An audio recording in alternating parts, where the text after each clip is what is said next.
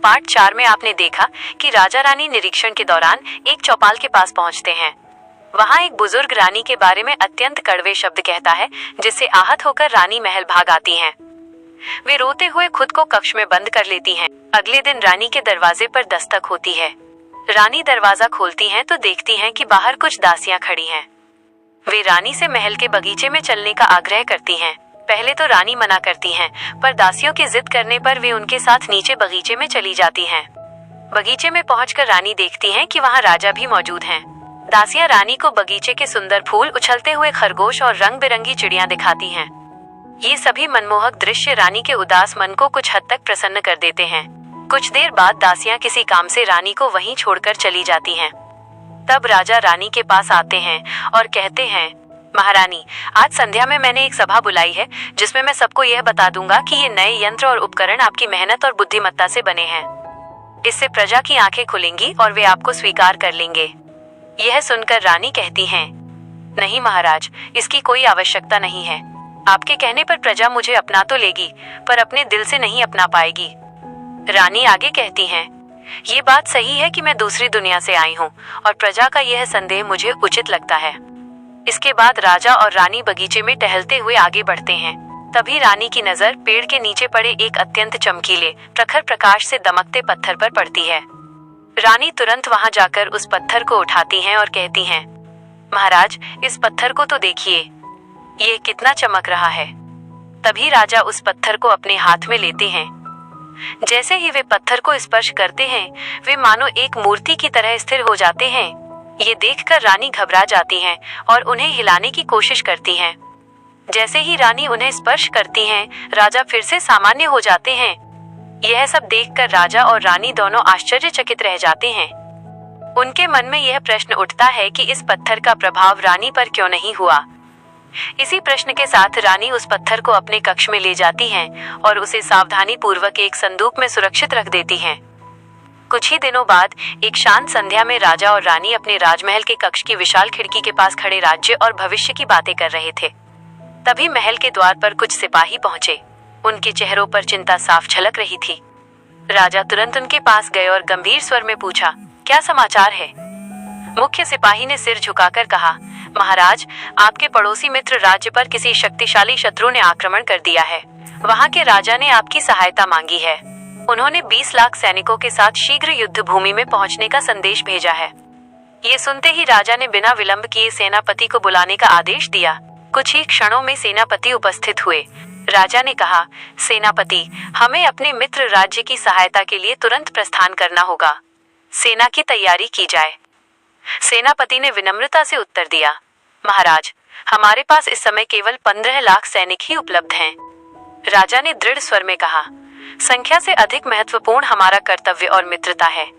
वे हमारे सच्चे मित्र हैं और कठिन समय में उन्होंने भी हमारी सहायता की थी। हम अपनी पूरी शक्ति के साथ उनके साथ खड़े होंगे। सेना को तुरंत तैयार किया जाए। रानी पहले ही सारी बातें सुन चुकी थी। उनकी आंखों में चिंता और विरह साफ दिखाई दे रहा था। राजा ने कोमल स्वर में कहा, रानी, जब तक मैं विजय प्राप्त कर लौटकर नहीं आता, आपको ही इस राज्य की बागडोर संभालनी होगी। आप इस राज्य की रानी हैं और मुझे पूर्ण विश्वास है कि आप अपनी जिम्मेदारी भली भांति निभाएंगी।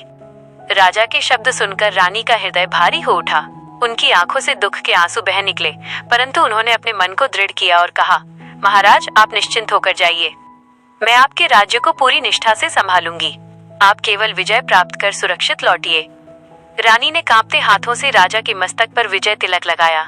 पूरे महल में शंखनाद गूंज उठा। सैनिकों की विशाल सेना तैयार खड़ी थी। राजा ने अंतिम बार रानी की ओर देखा, फिर अपने अश्व पर सवार होकर 15 लाख सैनिकों के साथ अपने मित्र राज्य की रक्षा के लिए युद्ध भूमि की ओर प्रस्थान किया। रानी महल की ऊंची प्राचीर से उन्हें जाते हुए देखती रही, जब तक कि राजा और उनकी सेना क्षितिज में ओझल नहीं हो गए। अगले दिन प्रातःकाल जब सूरज की स्वर्णिम किरणें राजमहल की ऊंची मीनारों पर पड़ रही थीं, रानी ने स्वयं को पूर्ण राजसी गरिमा के साथ तैयार किया। माथे पर तेजस्वी तिलक सजाया और दृढ़ निश्चय के साथ महल के विशाल दरबार कक्ष की ओर बढ़ चली। दरबार का भव्य कक्ष पहले से ही मंत्रियों, सेना नायकों, सभासदों और अन्य दरबारियों से भरा हुआ था। रानी ने धीमे किंतु आत्मविश्वास से भरे कदमों से आगे बढ़कर सिंहासन पर विराजमान हुई। पूरा दरबार कुछ क्षणों के लिए स्तब्ध रह गया। रानी ने गंभीर और स्पष्ट स्वर में घोषणा की, जब तक महाराज युद्ध भूमि से विजय प्राप्त कर वापस नहीं लौटते, तब तक इस राज्य की समस्त जिम्मेदारी मैं संभालूंगी। दरबारियों के बीच धीमी कानाफूसी शुरू हो गई। क्या एक स्त्री राज्य चला पाएगी? राजकाज कोई सरल कार्य नहीं। महिलाएं भावनाओं में बह जाती हैं। ऐसी अनेक फुसफुसाहटें सभा में फैलने लगीं। रानी सब समझ रही थी। कई लोग केवल इसलिए उन्हें कमतर समझ रहे थे क्योंकि वे एक महिला थीं। रानी ने सिंहासन के हत्थे पर अपना हाथ रखा और ऊंचे, अधिकारपूर्ण स्वर में कहा, दरबार में शांति रखी जाए। उनकी आवाज इतनी प्रभावशाली थी कि पूरे सभा कक्ष में तुरंत सन्नाटा छा गया। उनके आदेश के साथ ही सभा में उपस्थित सभी लोग शांत हो गए। कुछ दरबारियों के चेहरों पर अब भी संदेह था। रानी के आदेश पर दरबार की कार्यवाही पुनः आरंभ हुई।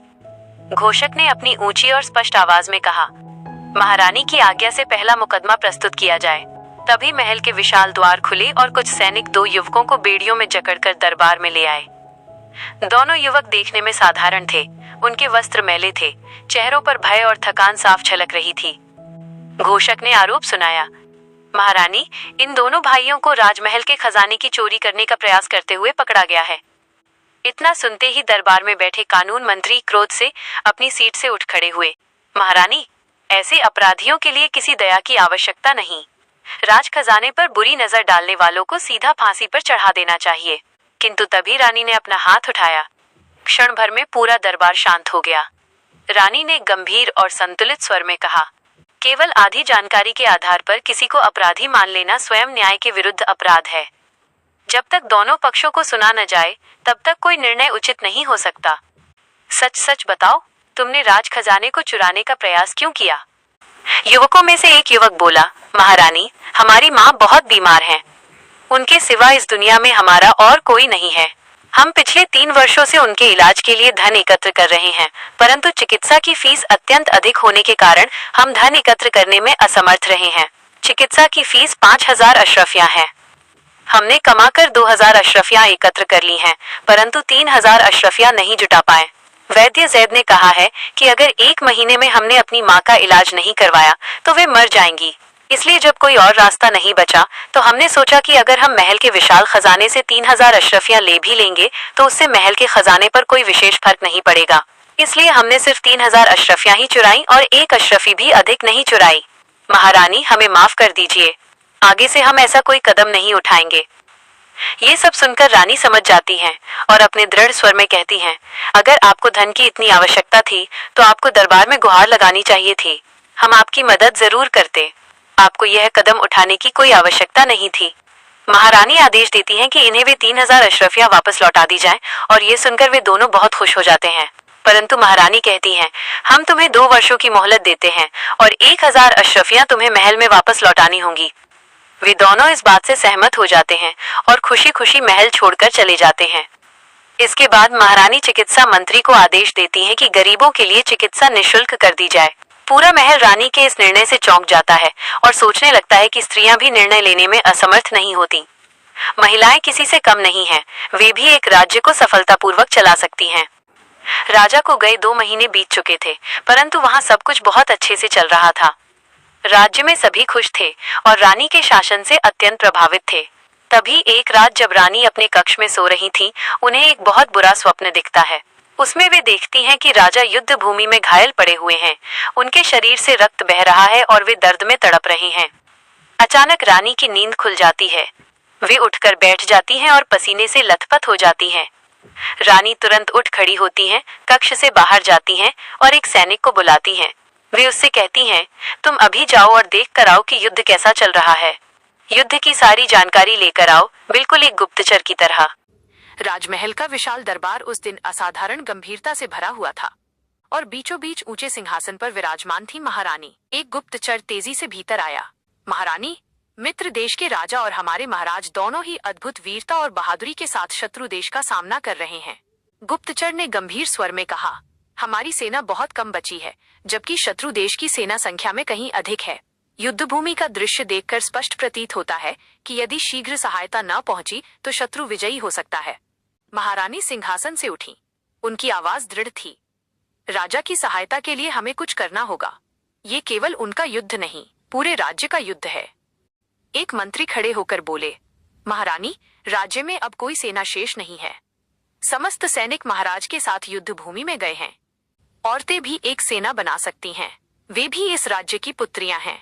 वे भी अपनी मातृभूमि के लिए रणभूमि में उतर सकती हैं। यह सुनते ही दरबार में खड़ी सभी महिलाएं एक साथ उठ खड़ी हुईं। उनकी आंखों में साहस था, स्वर में गर्जना। हाँ, हम अपना योगदान अवश्य देंगे। हम राज्य की विजय के लिए प्राण तक न्योछावर कर देंगे। उस क्षण इतिहास बदल रहा था। एक नई सेना जन्म ले रही थी, वीरांगनाओं की सेना, जो ये सिद्ध करने जा रही थी कि साहस का कोई लिंग नहीं होता। अगले दिन महारानी पूरे जोश और उल्लास के साथ महल के सामने फैले विशाल मैदान में पहुंची। पूरे मैदान में उत्साह और संकल्प का वातावरण था। तभी महारानी ने एक साहसी और आत्मविश्वासी महिला को सबके सामने प्रस्तुत किया। वो युद्ध कला में निपुण थी। महारानी ने बताया कि उसे पड़ोसी राज्य से विशेष रूप से बुलवाया गया है। महारानी ने सम्मानपूर्वक कहा, आज से आप हमारी गुरु हैं।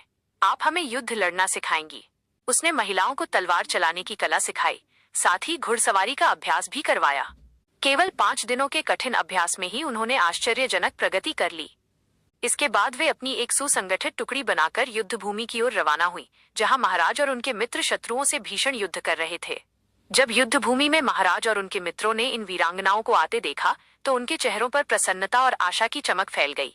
महिलाओं की इस नई सेना ने पूरी वीरता और साहस के साथ युद्ध में भाग लिया।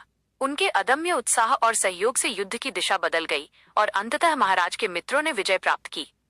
युद्ध समाप्त होने के बाद सभी विजयी होकर अपने राज्य लौट आए। महल में लौटने के बाद राजा और रानी दोनों अत्यंत प्रसन्न थे। संध्या के समय वे अपने कक्ष की विशाल खिड़की के पास खड़े होकर आपस में बातचीत कर रहे थे। महारानी, आपने मेरे अनुपस्थित रहने पर राज्य को जिस प्रकार संभाला वो सचमुच प्रशंसनीय है। पहले लोगों को आप पर पूर्ण विश्वास नहीं था, पर अब उन्होंने आपको दिल से अपना लिया है। ये सब आपने कैसे कर लिया? रानी ये सब सुनकर भावुक और प्रसन्न हो उठी। उन्होंने शांत स्वर में उत्तर दिया, हमें इस अवसर पर महल में एक भव्य उत्सव अवश्य रखना चाहिए। उन सभी महिलाओं के लिए जिन्होंने इतनी मेहनत की, उन्हें सम्मानित करना चाहिए, उपहार देना चाहिए और एक विशेष भोज का आयोजन करना चाहिए। राजा ने सहमति में सिर हिलाया और बोले, आप बिल्कुल सही कह रही हैं महारानी। 2 दिनों बाद हम एक महान भोज का आयोजन करेंगे। सुनकर रानी अत्यंत प्रसन्न हो गईं। अगली सुबह रानी जल्दी उठी और दासियों के साथ मिलकर महल की साफ सफाई में जुट गईं। वे स्वयं भी पूरी लगन से कार्य कर रही थीं। तभी उनके मन में विचार आया, क्यों न माँ का वो कमरा भी साफ कर दिया जाए जो अक्सर बंद ही रहता है। रानी उस पुराने कमरे की ओर बढ़ी। दरवाजा खोलते ही हल्की धूल और सन्नाटा उनका स्वागत करने लगे। वे धीरे धीरे कमरे की सफाई करने लगी। तभी उनकी नजर एक ऊंची अलमारी पर रखी एक पुरानी किताब पर पड़ी। उन्होंने उसे सावधानी से नीचे उतारा, उस पर जमी धूल झाड़ी और धीरे धीरे उसके पन्ने पलटने लगी। जैसे ही उन्होंने पढ़ना शुरू किया, उनके चेहरे का रंग बदल गया। किताब में कुछ ऐसा लिखा था जिसे देखकर वे स्तब्ध रह गईं। उनकी आंखों से आंसू बहने लगे, शरीर पर पसीना छलक आया। भय और आश्चर्य से उनका मन कांप उठा। उसी क्षण पीछे से कदमों की आहट सुनाई दी। राजा वहां आ पहुंचे थे। रानी ने अचानक मुड़कर राजा की ओर देखा। उनकी आंखों में डर साफ झलक रहा था। राजा कुछ समझ नहीं पा रहे थे। महारानी, क्या हुआ? आप इतनी घबराई हुई क्यों हैं? कमरे में एक अजीब सा सन्नाटा छा गया और रानी के हाथ में पकड़ी वो किताब जैसे किसी गहरे रहस्य को छुपाए खड़ी थी।